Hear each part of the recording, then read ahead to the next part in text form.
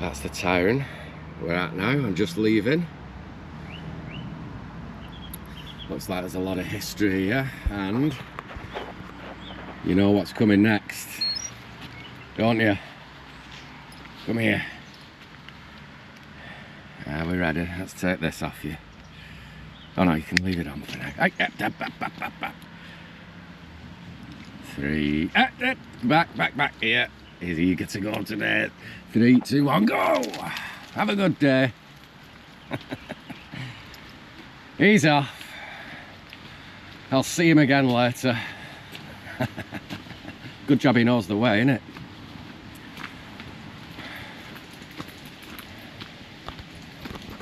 Alright, so that town that I'll never be able to pronounce the name of looks like it's got a bit of a bohemian vibe to it. A lot of alternative folk and shops and so on. And just nearby, about 3 miles out of town, nice old steps, is the Centre of Alternative Technology, which I would have liked to go to and do a film there, like, you know, do some filming, see what they're up to. But it says on the website that they're not taking any like walk-in visitors at the moment, so maybe I'll drop them an email while I'm in the area, see if we can get in and see what they're up to. Because if that's a centre of alternative technology, then right, I need to look on the map here. It's quite a long day today, so I don't want to get lost.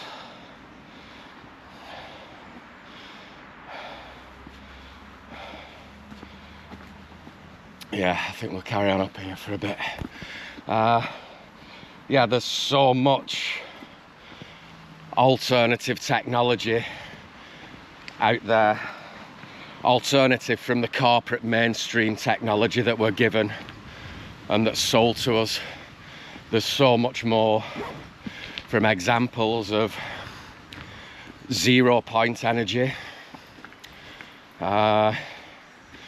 to the way we can manage woodlands, the way we can grow food and so on. And I'm not promoting the idea of using technology for food growing. We really want to be growing in our soils and enriching the soils, don't we?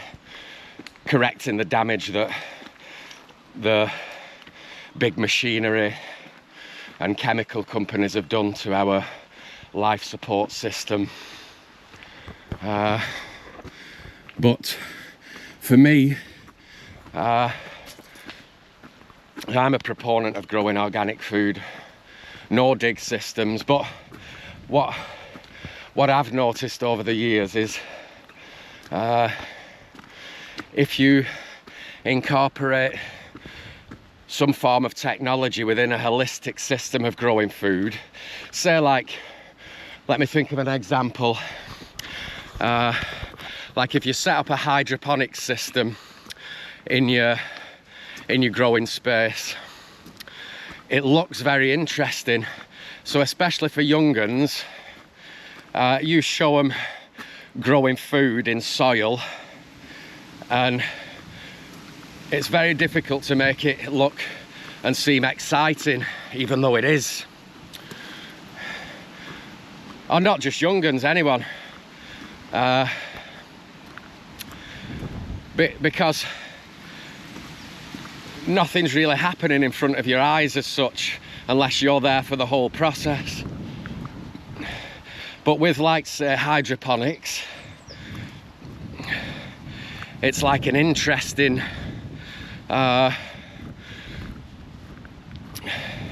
environment to be in. There's water running and potentially oxygen pumps, and there's things moving in front of your eyes, you know, and you can see what's happening. I've always thought of things like that and like vertical growing systems and so on. The list goes on and on. But for me, it's interesting to use those as part of an introduction to people who don't already grow chemical-free food, you know, like lab-created chemicals. Because as we know, our world is full of natural chemicals.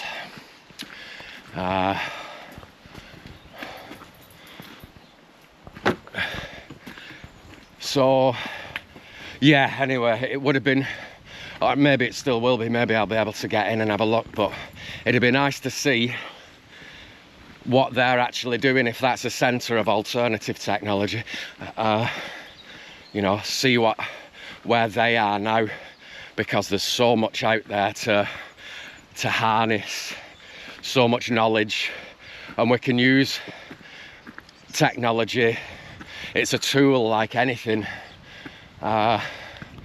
So it can be used for good or for evil, right? Just like anything, like money, knowledge, and so on. Control.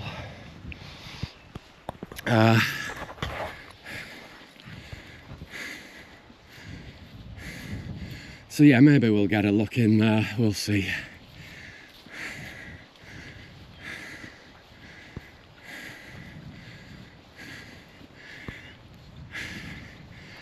Rab's 100% as always.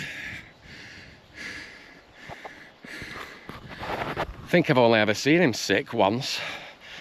That like worried me. It's almost when we'd first met. So Rab came from a broken home.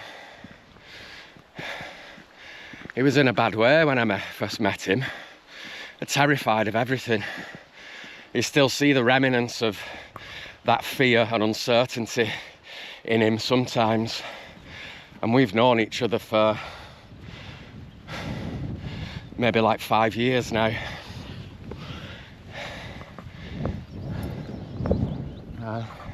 That's the time we've just left.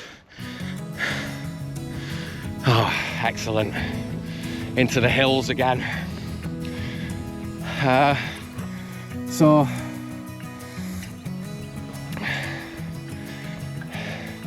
yeah, and it was probably the first summer that I'd got him, and we went, myself and a couple of friends went paddleboarding, and we had some other watercraft, I forget what it was, just to the local reservoir to try them out and go for a swim and so on.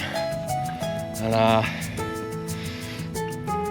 after a while, Rab was like hunkered underneath the trees, you know, like hiding.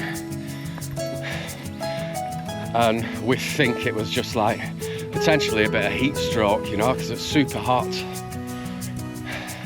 But other than that,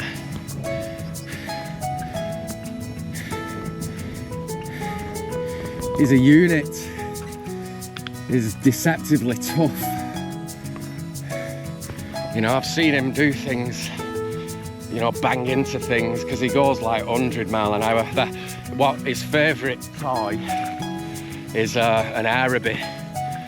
For those of you who don't know what that is, it's a frisbee, basically a loop frisbee that you can throw really far. And he loves that. But he goes, once you throw that, he is 100% fixated on it. He'll charge through and over anything to go straight to it. And when he was a bit younger, so I got him when he was about 2, I think, so they told me. And when he was younger, it was all right, but I mean, he's still young, 7, middle-aged, maybe early middle-aged, whatever.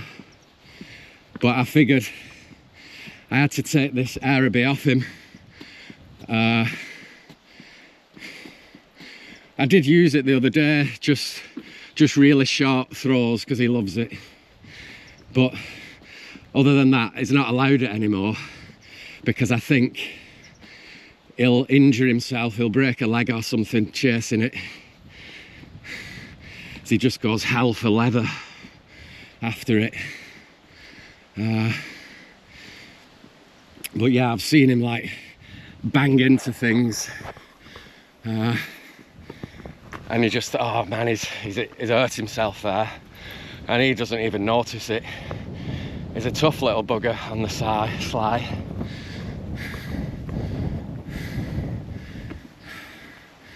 And his constitution, nutritionally, he'll eat anything other than mushrooms. He doesn't like mushrooms.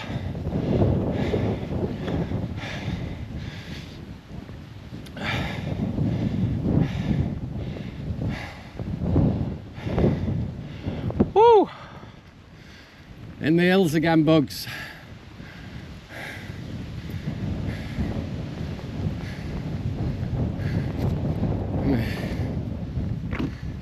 Check my map out again. I'll give you a quick look at what. So I'm using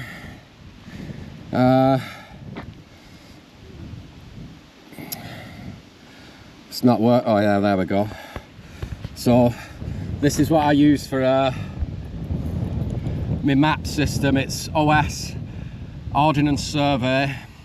So I've signed up. It's only like 30 odd quid for the year. So we've set off from the train station there, from this place, I'm not even trying to say it, my English tongue can't do it.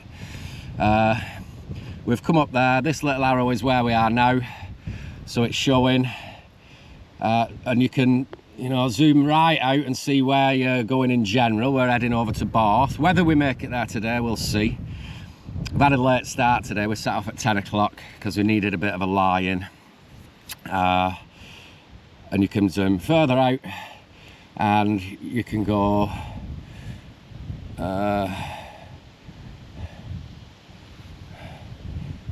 so it shows, anyway, you know how to read maps, don't you? And you point the phone in the direction and it shows you the direction you're going in, which is pretty cool. So yeah, we're following this for another kilometre and then I'm gonna a right turn. So there is an example of using technology as a tool for a good thing, so we don't get lost. Now, as I've stated before, you can never be lost if you don't care where you are. But on this trip, we have such a long way to go, and right now I have another schedule to keep. A good friend of mine, Martin, who's been on some of the videos of Beyond Growing in the past, he's coming down to Pembrokeshire. So I mean, he's coming in 2 weeks today, and I've got approximately 130 kilometres to walk to the beginning of the Pembrokeshire coast. So I mean, that's easily done. You know, it's approximately 10 kilometres a day, which is nothing, right? So that'll give me some time to work out, just catch up on everything I need to catch up. My knees are in a bit at the moment, so I can rest that. But I can't just do 10 kilometres a day, so we'll probably do like 20 kilometres a day on average, and have a couple of days off in between, you know, do some swimming and so on.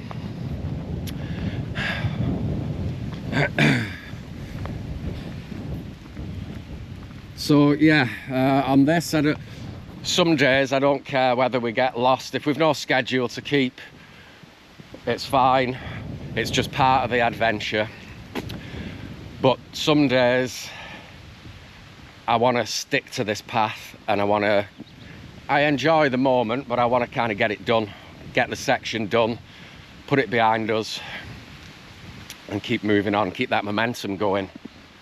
And that's what the story is today, at least for now.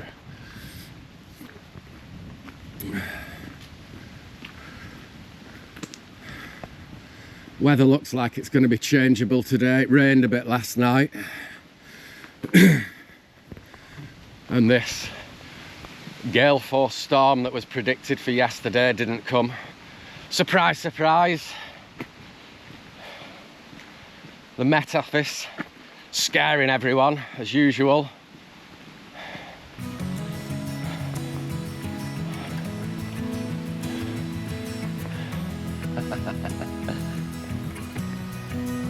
What is it? The only job you can constantly get wrong and not get fired.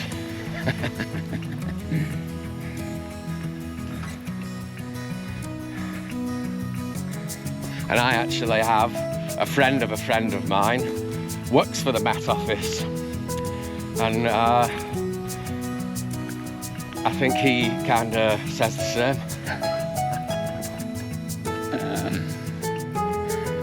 I won't mention your name though, don't worry.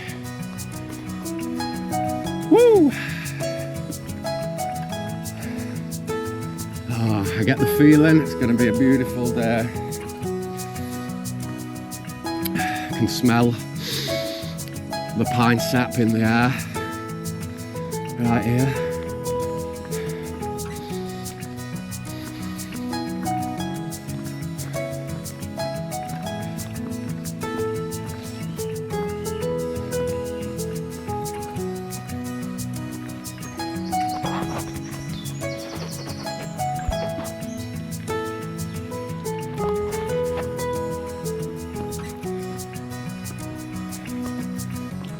Alrighty, well, I suppose I'll call it there, and if it all doesn't end up on the editing room floor, that will be an episode. Too easy, bugs.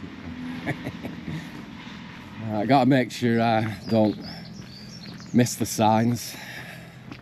Got a bit to go yet. I think we're heading up over that way.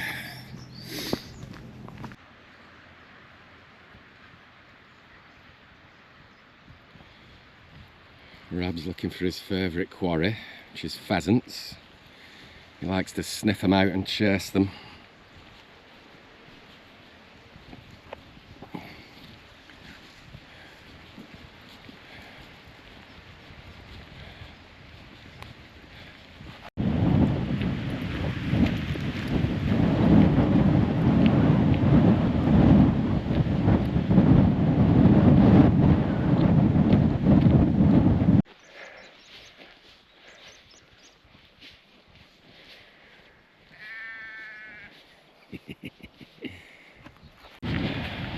Here, some pretty white horses and a pretty brown one as well. Here, come here. Heel, good boy. Oh yeah, pretty, aren't you? Alright, well, while we've got the horse in frame, over the other side there, that's Aberdover, where yesterday we walked from there through the hills and down over to the town beginning with M, where the bridge over the river is. And then this morning we've set off from the town beginning with M, walked along a very pretty route through the hills to this spot right here. And you can maybe just see, I can't really tell on the screen, but it's probably about there in the distance is a town called Borth, where, oh yeah, I'm not sure whether we'll make it there today, we'll see. there's a spot I can get to where the bus comes past, where we can escape if we feel like it, and just leave 6 kilometres or so. But we'll see, won't we? Heel. Hiya. Heel, Rab. Heel. Hiya. No. Heel. They're funny little horses, these. Hey gang. Easy, you're alright, easy now. Easy.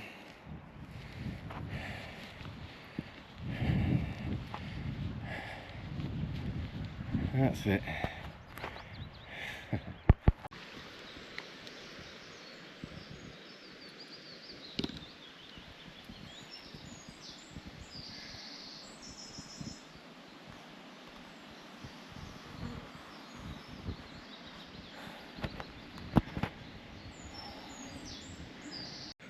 Alright, here we are, final push into Borth. Ah! Who's this then? Nice walking stick.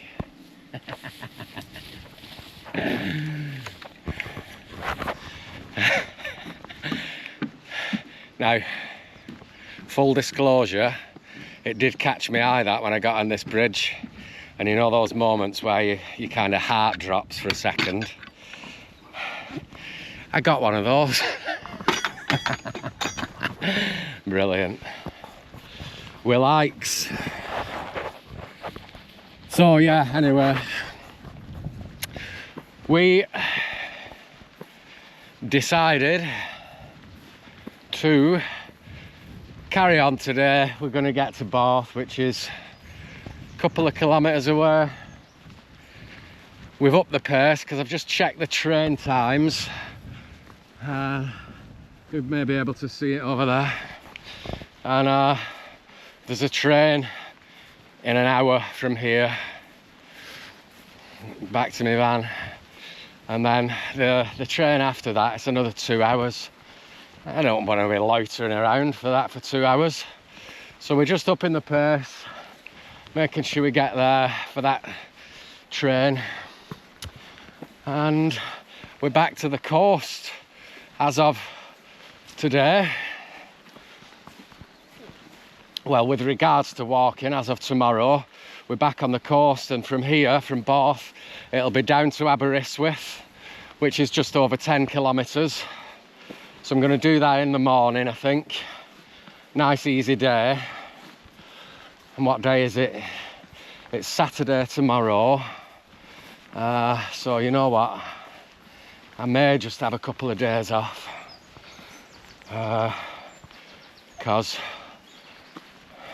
yeah, we've nearly done 2 weeks straight walking now, and I could do with chilling out, but maybe we'll see anyway, won't we? Oh, the big heron there. Oh.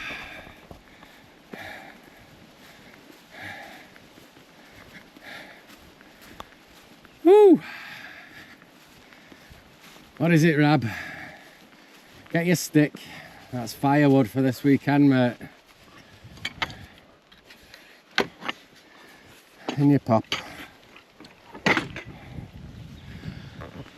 Oh, there we go. Looks like there's something on top of the hill in Borth. Don't think it's a lighthouse. Anyway, we shall be maybe finding out, won't we?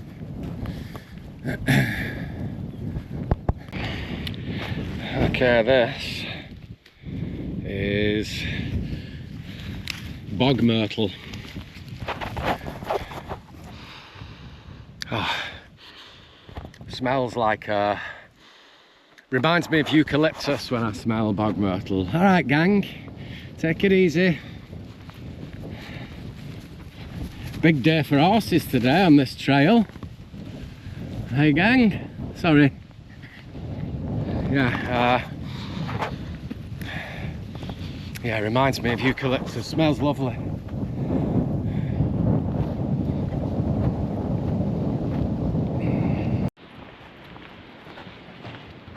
Here we are in Borth. Here's the train station. And we are done with walking for the day. Good day though today. I wasn't so sure whether we'd make it to Borth today, but we have. Haven't we, lad? Right? He's a good boy.